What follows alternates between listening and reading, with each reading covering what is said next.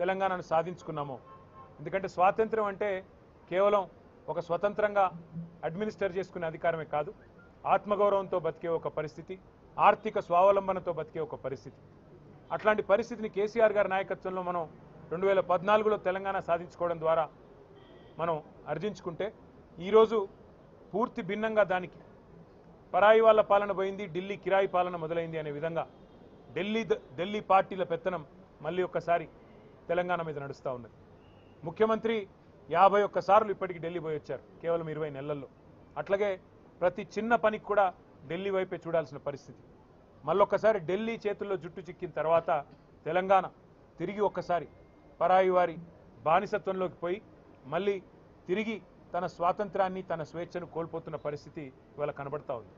సంక్షేమంలో వెనుకబడ్డది, వ్యవసాయంలో వెనుకబడ్డది, ఐటీ పరిశ్రమలు తరలిపోతున్నాయి వేరే రాష్ట్రాలకి.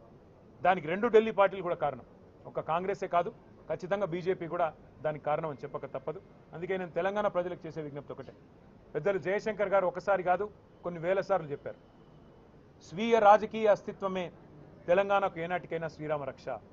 సాధించుకున్న స్వాతంత్రాన్ని కాపాడుకోవాలి, ఆ స్వతంత్రంగా బతికే తెలంగాణలో ఆత్మగౌరవంతో బతకాలి, ఆత్మగౌరవంతోనే కాదు పేదలు ఆర్థిక స్వావలంబన సాధించాలి అంటే ఖచ్చితంగా స్వీయ రాజకీయ అస్తిత్వ శక్తి అయిన బీఆర్ఎస్, దాని నాయకుడు కేసీఆర్ గారి నాయకత్వమే మన రాష్ట్రానికి శ్రీరామ రక్ష అనే మాటను మీ అందరికీ కూడా గుర్తు చేస్తూ మళ్ళీ ఒకసారి తెలంగాణ ప్రజలకు అదేవిధంగా మా సహచర భారతీయులందరికీ, సోదరులకి సోదరీమణులందరికీ ప్రపంచవ్యాప్తంగా ఎక్కడ ఉన్నా వారందరికీ కూడా స్వాతంత్ర దినోత్సవ శుభాకాంక్షలు తెలియజేస్తూ, మనను విడదీసే అంశాలు 100 ఉన్నాయి, కులాలు మతాల పేరిట 100 ఉన్నాయి, కానీ కలిపి ఉంచే ఒకే ఒక్క అంశం భారతీయత.